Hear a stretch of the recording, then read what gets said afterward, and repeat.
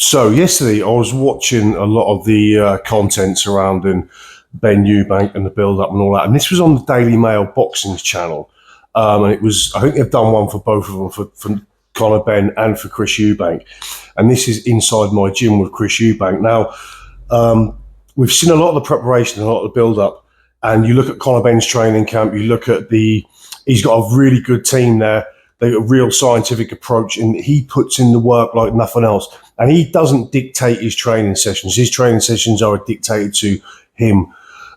It's worked out scientifically, the food, the training, the calorie input, the calorie output, and all that sort of stuff, how long he trains for, blah, blah. So he is being trained by Tony Sims, and then there's the other guy who does the plyometric stuff and all that. So his camp is very thorough.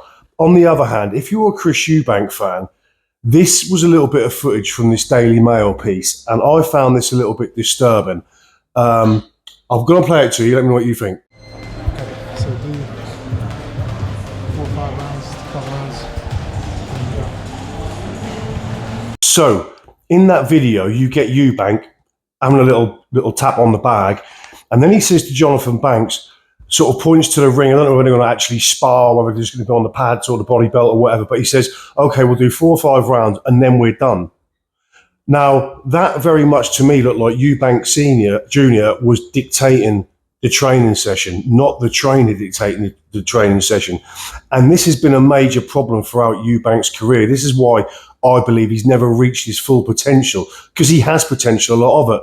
But I thought at this point, the fact that he'd been with Roy Jones, the fact that he'd been with Bomac, the fact that he's now Jonathan Banks, I thought he kind of left that behind and the ego behind. But unless this is just for the camera, this to me, if you're Team Eubank, this is extremely worrying, because Eubank is deciding what he does in training, how much he does in training, and when training ends. So just a quick video about that, because if we're going to talk about who has the better preparation, I think that, and I'm surprised that made it to film, to be honest, unless that's a bluff or whatever, but I found that extremely worrying that Eubank is still dictating how much work he does and how much work he doesn't do. And that, for me, if you are Team Eubank and he's your man, you're supporting him, that should be a worry.